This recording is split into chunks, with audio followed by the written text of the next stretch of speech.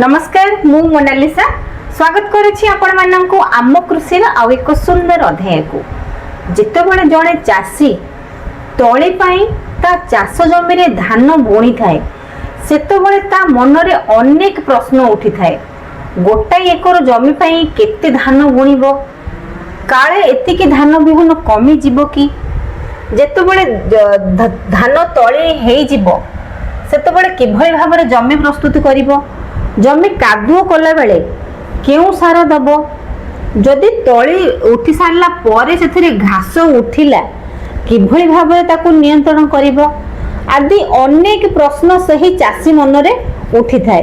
तेबे आजिर वीडियो रे हमें आलोचना करिबा जेतेबेले आपण धान बुणी दउछंती तली बा पकेइबा पाई धान बुणी दउछंती ता परे किभଳି भाबरे सही धान तली आमे जत्न नबा, किभଳି भाबरे गोटे सुस्थ धान तली को आमे परवर्ती पीढ़ी पई प्रस्तुत करिबा बा परवर्ती धान उत्पादन पई गोटे सुस्थ तली प्रस्तुत करिबा से विषय रे आज आलोचना करिबा।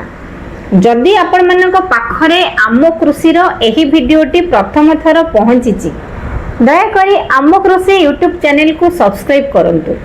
आम कृषि यूट्यूब चैनल रे केवल कृषि भित्तिक वीडियो ही आपण पाइबे। तेबे चलंतु देरी न करी आमे आलोचना करिबा।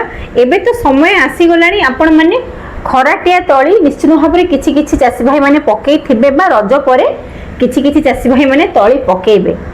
आपण मानक मन रे जो प्रश्न उठु थाए किछिटा से प्रश्नर मु समाधान करिबा पई आजिर वीडियो रे चेष्टा करिबी।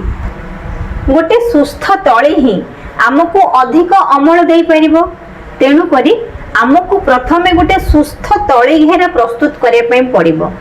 गोटे सुस्थ तली घेरार मुख्य शत्रु आगे होउची घास।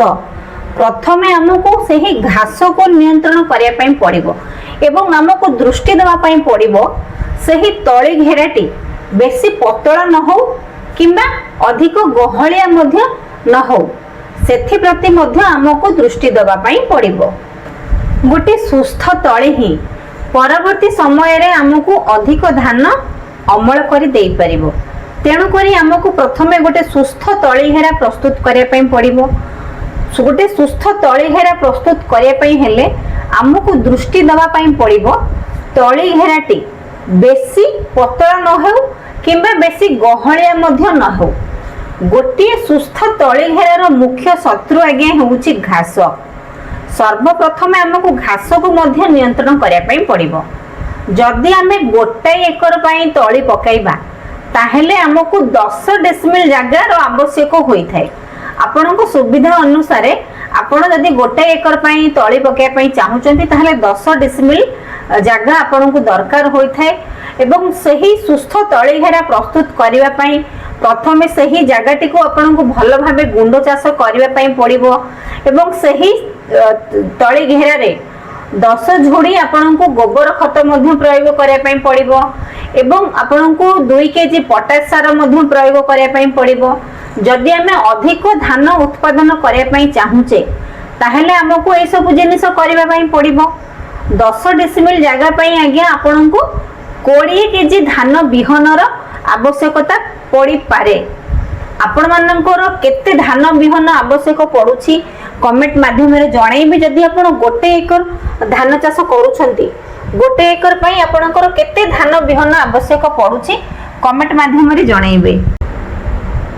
धान बुणीबार किछि दिन परे तली पोटाली को हमको ओदा रखिबा को हेबो एवं धान गजा जेतेबेले बढ़ी थाए सही समय रे धान तली जमी रे हमको 2 रु 3 इंच पर्यंत ठिया पानी रखिबा को पड़िबो।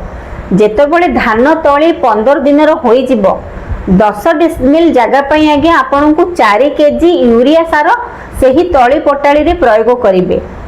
एहा द्वारा तली पुष्टपुष्ट होई थाए एवं सुस्थ मध्य होई थाए। जेतेबेले हमें हम धान जमी रे धान बिहन बुणी देकी आसी थाउ धान बिहन बुणीबार किछि दिन पर्यंत सही तली पोटाली को आगे हमको ओदा रखिबा को हेबो।